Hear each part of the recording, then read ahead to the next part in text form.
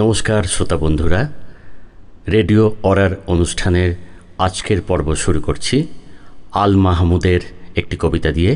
কবিতা নোলক। পাঠ করেছেন স্নেহাস্মিতা ঘোষ।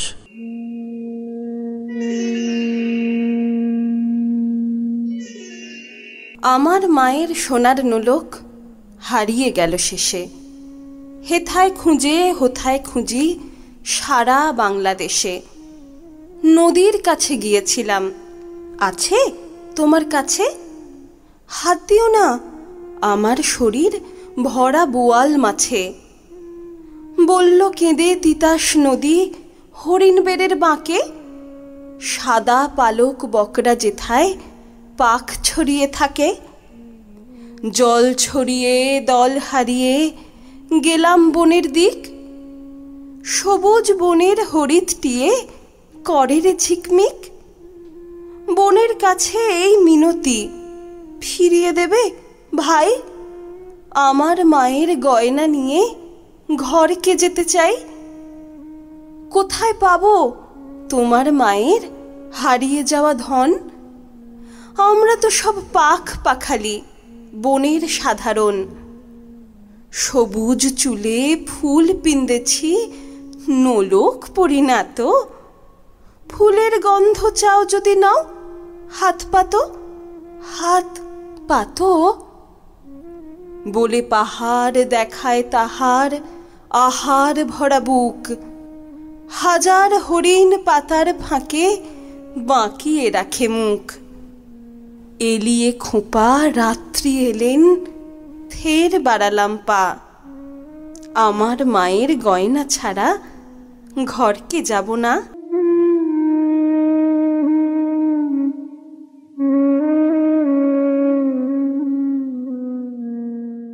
আজকের গল্প পাথরের চোখ। রচনা নেহার রঞ্জন গুপ্ত। পাঠ করেছেন ভাস্কর ভট্টাচার্য।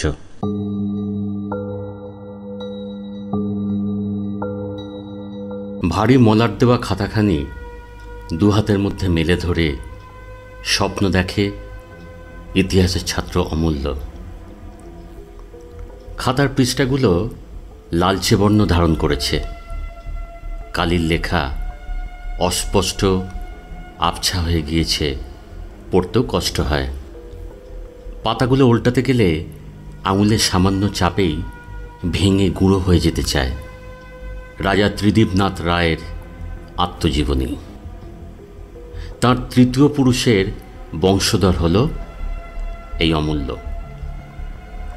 মোমবাতির কম্পমান মৃদু আলোয় জীর্ণ ভগ্ন জমিদার ভবনের দ্বিতলের প্রায় অন্ধকারাচ্ছন্ন একটি কক্ষ মধ্যে খাতাটা কোলের উপর নিয়ে স্থির হয়ে বসে অমূল্য। ঘরে চতুর্দিকে বড় বড় সব সেকালের মজবুত সেগুন কাঠের তৈরি আলমারি। আলমারি ভর্তি সব বহু পুরাতন বই, সমস্তই প্রায় জীর্ণ, ধ্বংসের পথে। অসীম বিদ্যোৎসাহী কবি ছিলেন রাজা ত্রিদিবনাথ রায়। এ তাঁরই জীর্ণপ্রায় পাঠাগার। আলমারির গায়ে বইগুলোর ওপরও মেঝেতে রাশিকৃত ধুলো জমে উঠেছে। দেয়ালে দেয়ালে বড় বড় সব তৈলচিত্র। মাকড়স জাল ও ধুলোয় সব কিছুকেই যেন বেষ্টন করে আছে। খাতাটা বুকে চেপে ধরে প্রজ্বলিত মোমবাতিটা হাতে তুলে নিয়ে অমূল্য তার পূর্বপুরুষ রাজা ত্রিদিবনাথ রায়ের প্রকাণ্ড তৈলচিত্রটার নিচে এসে দাঁড়াল। জরির কাজ করা, চোগা চাপকান ও পাগড়ি পরিহিত প্রকাণ্ড পুরুষ একটা টুল টেনে এনে টুলের উপর দাঁড়িয়ে পরনের ধুতির কোঁচা দিয়ে চিত্রটা বেশ ভালো করে মুছে দেয় যত্ন করে অমূল্য। বিরাট পুরুষ সিংহ, প্রশস্ত ললাট, পাগড়ির নিচে বাবড়ি চুল উঁকি দিচ্ছে, পাকানো গোঁফ, চওড়া বিস্তৃত বক্ষপট, ওষ্ঠপ্রান্তে ক্ষীণ মধুর হাসির রেখা। চোখ দুটি যেন জ্বলছে মণিখণ্ডের মতো। রাজা ত্রিদিবনাথ রায়। ঢং ঢং ঢং রাজবাড়ির পেটাঘুরিতে রাত্রি 12টা বাজার ঘোষণা করল। পাঠাগারের খোলা বাতায়ন পথে ক্ষীণ চন্দ্রিমা উঁকি দিচ্ছে। তৈলচিত্রের ঠিক নিচেই ধুলিমাখা মেঝেতে মোমবাতিটা একপাশে রেখে আবার পুরাতন খাতাটা খুলে বসল অমূল্য। পড়ে চলল সে নিবিষ্ট মনে। মহাকালের রথচক্র তলে আজকাল এই ঐশ্বর্যের সমারোহ ধুলোয় মিশে যাবে জানি। সুবিশাল এই অট্টালিকা এও একদিন মাটির বুকে লীন হয়ে যাবে।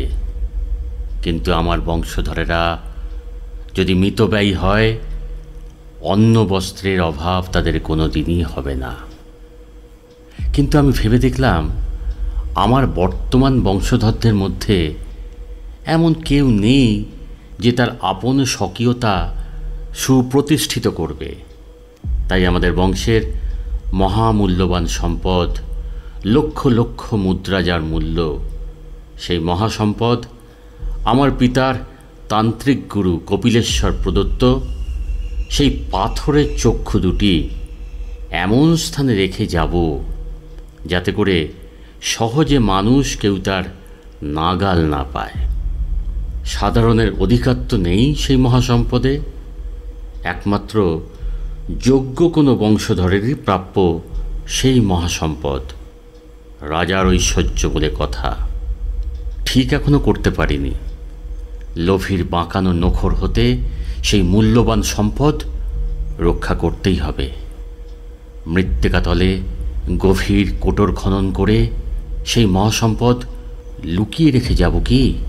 কিংবা কোনো সুবর্ণ পেটিকা মধ্যে সেই মহাসম্পদ রেখে দুধসাগরের সুগভীর জলরাশির তলে ঠান্ডা শীতল পঙ্ক মধ্যে লুকিয়ে রেখে যাব কি?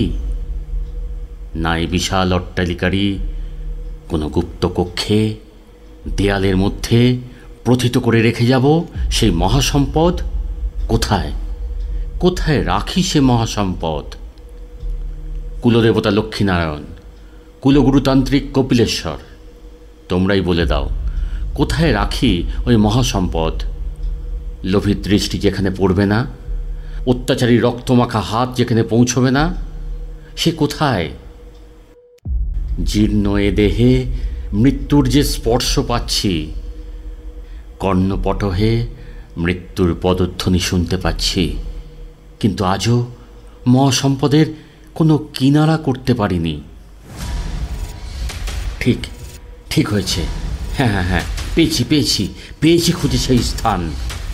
সাধারণের চিন্তা শক্তিরও বাইরে, শানিত বুদ্ধির তরবারি দিয়ে পথ করে নিয়ে যাব।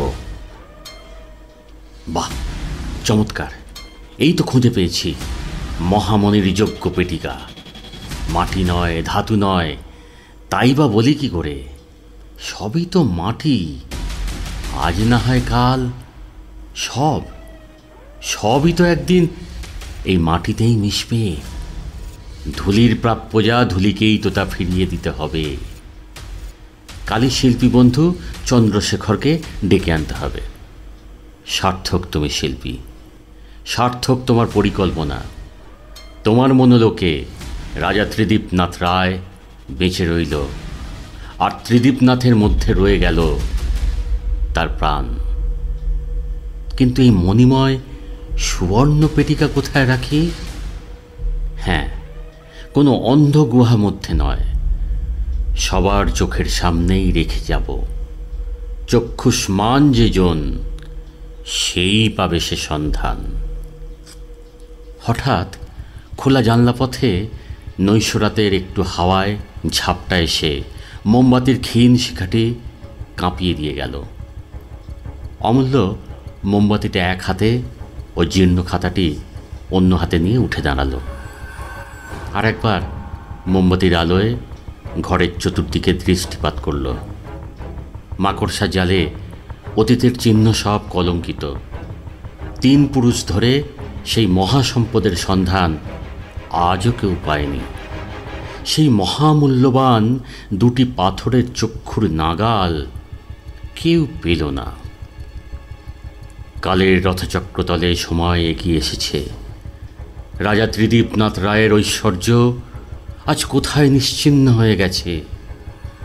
সর্বশেষ নিশ্চিহ্ন হয়েছে অমূল্যের পিতার হাত দিয়ে ওই ঘোড়দৌড়ের ময়দানে। বাত ও ব্যাধিতে পঙ্গু অমূল্যের শয্যাশায়ী পিতা মাধব রায় আজ একতলা একটা ভাড়াটিয়া বাড়ির স্যাঁতস্যাঁতে অন্ধকার কক্ষের মেঝেতে জীর্ণ শয্যার উপর শুয়ে মৃত্যুর প্রতীক্ষায়। একমাত্র ছেলে অমূল্যই মাধব রায়ের শেষ আশা ও ভরসা। অমূল্য বিশ্ববিদ্যালয়ের সেরা ছাত্র, কিন্তু কল্পনাবিলাসী। জোরহাটে শেষ পৈতৃক ভিটেটা বহুকাল অব্যবহার্য ও অসংস্কৃত হয়ে পড়ে আছে। পুরাতন এক মালি এখন বাড়িটার দেখাশোনা করে। স্থানীয় এক মারোয়ারি ব্যবসায়ী ত্রিদীপনাথের পুরানো বাড়িটা ক্রয় করে সেখানে গালার ফ্যাক্টরি করবেন। ক্রয় ও বিক্রয়ের জন্যই অমূল্য জোরহাটে গতকাল এসেছে। জীর্ণ ভগ্নপ্রায় অট্টালিকা, কিন্তু ঘরে ঘরে এখনও এর বহু পুরাতন আসবাবপত্র। যদিও বর্তমান রুচি ও সভ্যতার দরবারে সেগুলোর মূল্য কমে গেছে, তথাপি তাদের যেন নিজস্ব একটা মূল্য আছে। পাথরের তৈরি কত প্রকারের মূর্তি, বড় বড় ফুলের টব, ধূপদানি, আরও কত কি। কিন্তু সবচাইতে বেশি অমূল্যকে মুগ্ধ করেছে ওই রাজা ত্রিদীপনাথের পাঠাগারটি। কত মূল্যবান ও পুরাতন বই যে সেই পাঠাগারে আছে তার ইয়ত্তা নেই।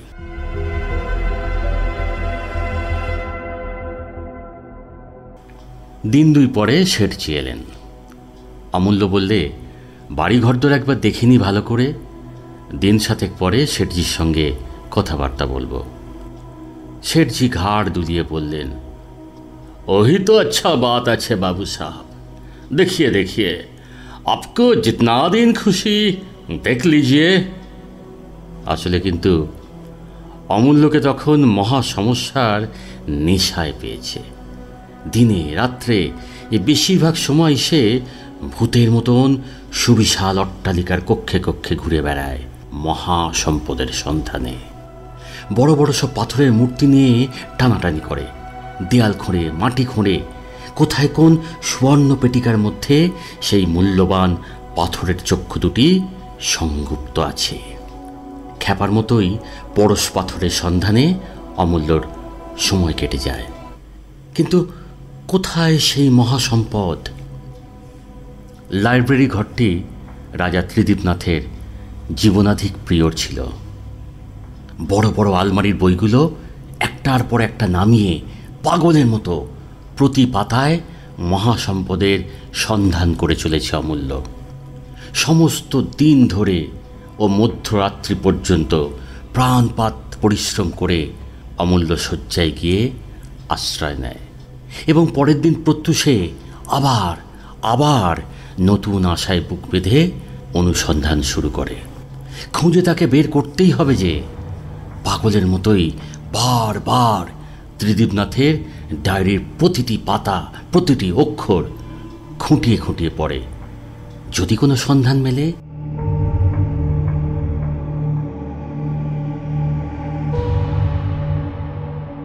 সাত দিন পর শেঠজি আসেন। অমূল্য আরও 7 দিনের সময় চেয়ে নেয় অনুনয় বিনয় করে। নিত্যদিনের মতো সেদিনও প্রত্যুষে কিরিটি ওই দিনকার সংবাদপত্রের যাবতীয় সংবাদ পড়ে বিজ্ঞাপনের স্তম্ভটা খুঁটিয়ে খুঁটিয়ে পড়ছিল। হঠাৎ অদ্ভুত একটা বিজ্ঞাপন তার নজরে পড়ে। আমার পূর্বপুরুষের মহামূল্যবান সম্পদ দুটি পাথরের চক্ষু হারাইয়া গিয়াছে এবং হারাইয়াছে আমারই পূর্বপুরুষের সুবিশাল ভগ্নপ্রায় জীর্ণ অট্টালিকার মধ্যে কোথাও। যদি কোনো সহৃদয় গোয়েন্দা আমার পূর্বপুরুষের মহামূল্যবান হিত সম্পদ দুটি উদ্ধার করিয়া দিতে পারেন ওই অট্টালিকার মধ্য হইতে, তাহলে তাহাকে নগদ ৫,০০০ টাকা পুরস্কার দিব। অমূল্য রায়, জোরহাট রাজবাড়ি। বিজ্ঞাপনটি কিরিটির মনে বিশেষ একটা কৌতূহলের উদ্রেক করে। বারবার ৩ বার কিরিটি অদ্ভুত বিজ্ঞাপনটা পড়ে। আশ্চর্য, সামান্য দুটো পাথরের চোখ, তার কি এমন মূল্য? না, তবে এর মধ্যে একটা কথা হচ্ছে, চোখ দুটি হল পূর্বপুরুষের সম্পত্তি। হয়তো কোনো অতীত রহস্য ওই চক্ষু দুটির সঙ্গে জড়িত হয়ে আছে। জোরহাটটি কোথায়? কিরিটি টাইম টেবিলটা খুলে নিয়ে বসল। কলকাতা থেকে মাত্র ১২০ মাইল দূরে। হাওড়া স্টেশন থেকে রাত্রি ৯টায় ট্রেনে উঠলে পরের দিন ভোরে পৌঁছানো যায়। না, দেখতেই হলো ব্যাপারটা। কিরিটি তক্ষুনি অমূল্য রায়ের নামে একটা তার করে দিল। Coming attend station, shall find out your stone eyes, Kiriti Roy. ভোরের আবছা আলোর লুকোচুরি তখন সবে শুরু হয়েছে প্রকৃতি জুড়ে।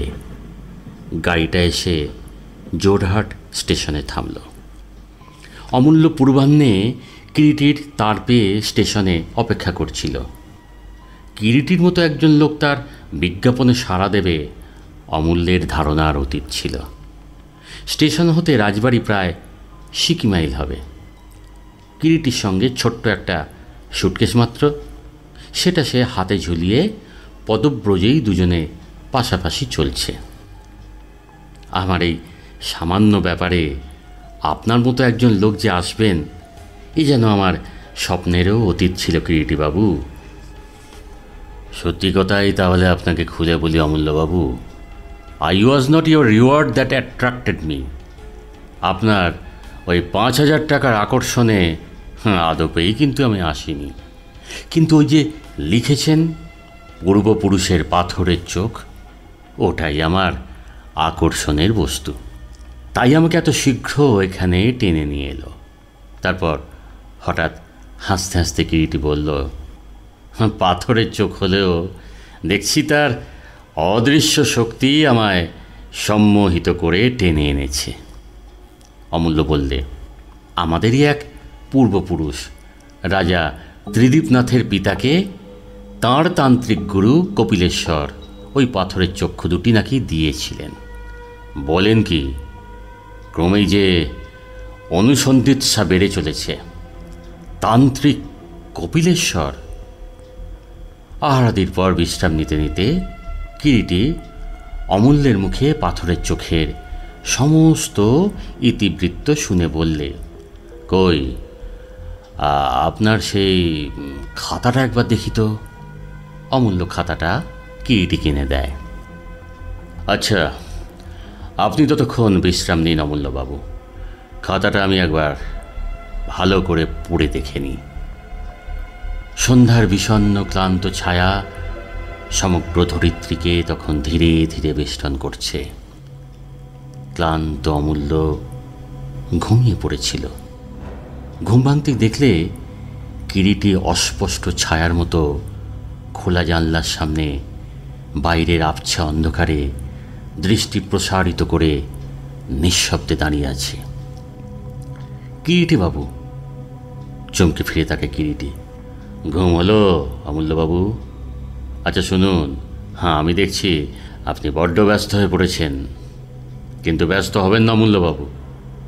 চলুন লাইব্রেরি ঘরে, আমার মনে হয় সেখানেই কোথাও না কোথাও আপনার সেই মহাসম্পদ লুক্কায়িত আছে। লাইব্রেরি ঘরে? হ্যাঁ, লাইব্রেরি ঘরেই।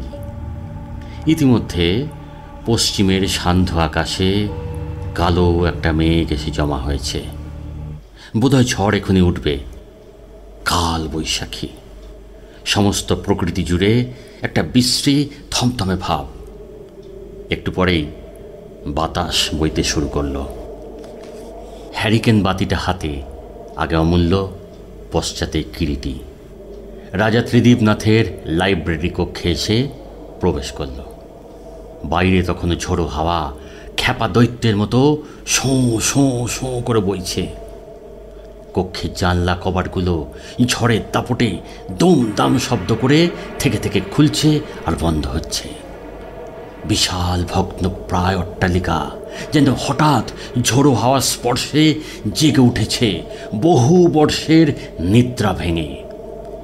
বিচিত্র অদ্ভুত সব শব্দ চারিদিকে ভৌতিক বিভীষিকার মতো ছড়িয়ে যাচ্ছে। কক্ষের মধ্যে কোথাও যেন দাঁড়াবার স্থান নেই। চতুর্দিকে বিক্ষিপ্ত নানান পুস্তক, ফড়ফড় শব্দে পুস্তকের পাতাগুলো হাওয়ায় উঠছে। কিরিটি হ্যারিকেনের আলোয় কক্ষের চতুর্দিক একবার দৃষ্টিপাত করে। অতীতের কবরে ওরা যেন অনধিকার প্রবেশ করেছে মনে হচ্ছে। কিরিটি ঘরের একপাশে দাঁড়িয়ে হঠাৎ যেন সমাধিস্থ হয়ে পড়ে। সক্রিয় মন তার অতীত ও বর্তমানের চিন্তায় যেন তন্দ্রাচ্ছন্ন হয়ে পড়ে। রাজা ত্রিদীপনাথ রায়, খেয়ালি স্বপ্নবিলাসী কবি রাজা ত্রিদীপনাথ রায়। তার ডায়েরির প্রতিটি ছত্রে ছত্রে কবির কল্পনা বিলাস। চোখের দৃষ্টি যার আছে তিনি চক্ষুষ্মান। বিদ্যুৎ চমকের মতোই একটা সম্ভাবনা কিরিটির মনের মধ্যে যেন আলোক সম্পাত করে। কিরিটি জামার পকেট থেকে শক্তিশালী একটা টর্চ বের করে টর্চের বোতাম টিপতেই অন্ধকারের মধ্যে একটা তীব্র অনুসন্ধানী ধারালো আলোর রশ্মি প্রকাশ পেল। টর্চের আলো ফেলে ফেলে তীক্ষ্ণ অনুসন্ধানী দৃষ্টিতে কিরিটি ঘরের মধ্যে প্রতিটি বস্তু ক্ষুদিত শিকারীর দৃষ্টি নিয়ে দেখতে লাগলো। বড় বড় সব আলমারি, প্রকাণ্ড একটি মিনি করা বাদশাহী ধূপাধার, প্রস্তর নির্মিত কতগুলো মূর্তি, দেয়ালের গায়ে টাঙানো সুবৃহৎ ফ্রেমে আঁটা এদেরই পূর্বপুরুষদের তৈলচিত্র।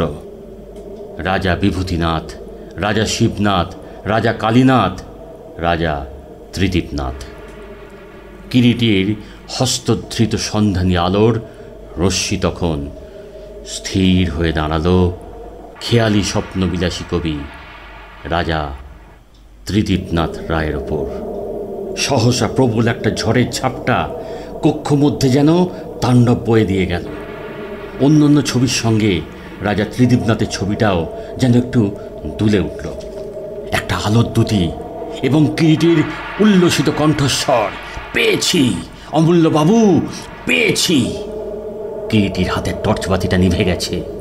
নিরন্ধ্র অন্ধকারে কক্ষখানি অবলুপ্ত। হারিকেন বাতিটা পড়ে কোথায় যেন নিভে গেল। অমূল্য চিৎকার করে ওঠে, কই কই, কোথায় কোথায়? আলোটা জ্বালান। আলো জ্বালানো হলে একটা টুলের সাহায্যে উঠে দাঁড়িয়ে দেয়ালের গা থেকে রাজা ত্রিদীপনাথ রায়ের ফটোটা অতি কষ্টে নামিয়ে আনে। ভীষণ ভারী চিত্রটা। হতভম্ব চকিত অমূল্যর দিকে তাকিয়ে বলে, এই নিন। কি? ধরুন। বড্ড ভারী যে। কিন্তু বাহ, ধরুন না, ধরুন। এই হলো আপনার মহাসম্পদ। দুজনে ধরাধরি করে ভারী তৈলচিত্রটা পাশের কক্ষে বয়ে নিয়ে এলো। তৈলচিত্রর মধ্যে রাজা ত্রিদীপনাথ যেন প্রাণ পেয়েছেন। কিরিটি হ্যারিকেনের আলোয় ত্রিদীপনাথের ডায়েরিটা হাতে নিয়ে বলতে থাকেন, আপনার মুখে আপনাদের পূর্বপুরুষদের অতীত ইতিহাস শুনে ও রাজা ত্রিদীপনাথের ডায়েরি পড়েই রহস্যের মীমাংসা আমার দৃষ্টিতে ধরা পড়েছিল ডায়েরির এই কথাগুলোর মধ্যে। শুনুন তাহলে সেই কথাগুলো। ভাষা কত না তার রূপ, নিরস ভাষা, সরস ভাষা, স্ফুট অর্ধস্ফুট ভাষা, মনের ভাষা, ওষ্ঠের ভাষা, আঁখির ভাষা। ভাষা যে পড়তে জানে সেই বুঝতে জানে, সেই বোঝে তার কি অর্থ, কি সে বলতে চায়। পরশমণির সন্ধান সেই পায় যে যথার্থ পরশমণির অধিকারী। আমায় ভুলিও না, ভুলিও না আমায়, আমি মহাসম্পদের অধিকারী। সত্যি ঠিকই বলে গেছেন রাজা ত্রিদীপনাথ। কবি প্রকৃতির স্বপ্নবিলাসী লোক কিনা, তাই সব কিছুতেই কবিত্ব করার প্রচেষ্টা। তারপরেই বলেছেন, ধুলির প্রাপ্য যা ধুলিকেই ফিরিয়ে দিতে হবে। এবং তারপরেই বলেছেন, কালই শিল্পী বন্ধু চন্দ্রশেখরকে ডেকে আনতে হবে। তারপর আবার বলেছেন, সার্থক তুমি শিল্পী, সার্থক পরিকল্পনা। সব কিছুই ওই কয় লাইনের মধ্যে বলে গেছেন রাজা ত্রিদীপনাথ। লেখার মধ্যে একটা জিনিস লক্ষ্য করলেই বুঝতে পারতেন, বারবার চোখ ও তার দৃষ্টির কথাই বলেছেন তার ভাষার কথা, বলেছেন তাকে যেন কেউ না ভোলে, তাঁর স্মৃতিকে। অর্থাৎ এখানে স্থূলভাবে দেখতে গেলে তাঁর তৈলচিত্রের কথাই সর্বাগ্রে মনে পড়বে, যে তাঁকে চিন্তা করবে তার মনে, তাই নাকি? আশ্চর্য, আশ্চর্য! সত্যি তো, এ কথা তো আমার একবারও মনে হয়নি। তারপর কেন সর্বাগ্রে আমার লাইব্রেরির কথাই মনে পড়ল? কারণ আপনার মুখেই শোনা ওই লাইব্রেরিটা নাকি রাজা ত্রিদীপনাথের জীবনাধিক প্রিয় ছিল। এবং যদি তাই হয়, তো জীবনাধিক প্রিয় বস্তুকে তিনি সেইখানেই রেখে যাবেন। মানুষের মনোবিজ্ঞানের নীতি তো তাই বলে নাকি? এবং সেখানে না রাখলে আর কোথায় তিনি রাখতে পারেন? আলমারিতে নয়, বইয়ের মধ্যে লুকিয়ে নয়, এমন কোথায় রাখবেন সর্বদা যেটা চোখে পড়ে?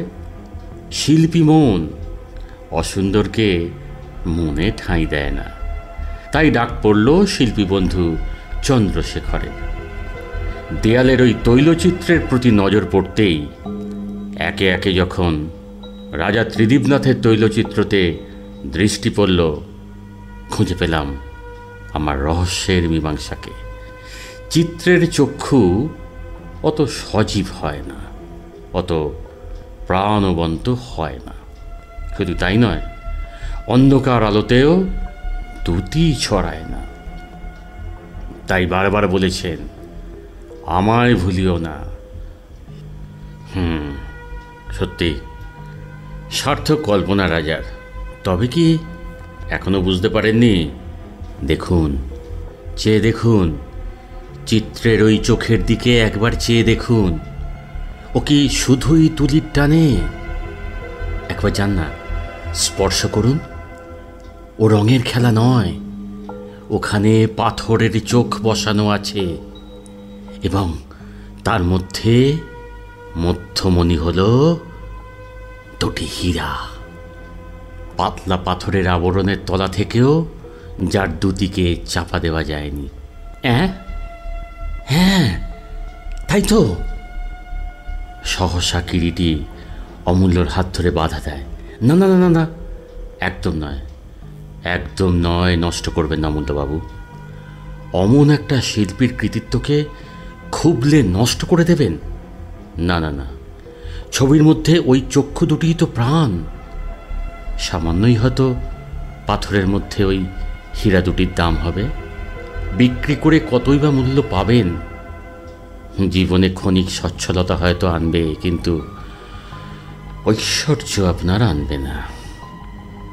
কবি রাজা ত্রিদীপনাথ তাই ওই সামান্য মূল্যের পাথরের চোখের মধ্যে বসানো ছোট ছোট হীরা দুটির মূল্যকে মহাসম্পদের সঙ্গে তুলনা করে গেছেন। একবার ভেবে দেখুন তো, ওই হিরে দুটো বাদ দিয়েই একসময় আপনাদের পূর্বপুরুষের যে সত্যিকারের রাজ ঐশ্বর্য ছিল, তার কিছুই তো আর আজ অবশিষ্ট নেই। দুর্ভাগ্যকে, নিয়তিকে কেউ কি কখনো রোধ করতে পেরেছে? সামান্য ওই হিরে দুটিও কি তাকে রোধ করতে পারবে? তার চেয়ে বাড়ি বিক্রি করে যা পান আদায় করে নিন, কিন্তু ওই চিত্রখানা সঙ্গে নিয়ে যান। সত্যি সত্যি এ মহাসম্পদ। চিত্রের ওই পাথরের চোখের মূল্য মহাসম্পদকেও কিন্তু ছাড়িয়ে গেছে। কিন্তু আপনার পারিশ্রমিক কিরিটিবাবু? পাথরের চোখের আলোয় দেখতে পেয়েছি তো, সেই তো আমার পারিশ্রমিক অমূল্যবাবু। আর আমি কিছুই চাই না। নমস্কার জানাই রাজা ত্রিদীপনাথকে, নমস্কার জানাই তখনকার সেই শিল্পী চন্দ্রশেখরকে। কি অসাধারণ সৃষ্টি, অসাধারণ অসাধারণ। ভাবের আবেগে কিরিটির কণ্ঠ রুদ্ধ এলো। বাইরের ঝড় তখন থেমে গেছে। রাজা ত্রিদীপনাথের পাথরের চোখ দুটো কেবল যেন কিরিটি ও অমূল্যের দিকে অবাক বিস্ময়ে তাকিয়ে আছে। আজ পেরেছে, আজ পেরেছে। মহাসম্পদের খোঁজ তারা পেয়েছে, পেয়েছে তারা। মনের কথা বলে রেডিও অরা। শুনতে থাকুন রেডিও অরার অনুষ্ঠান প্রতি শনিবার বিকেল ঠিক 5টায় আপনার প্রিয় রেডিও অরা ইউটিউব চ্যানেলে।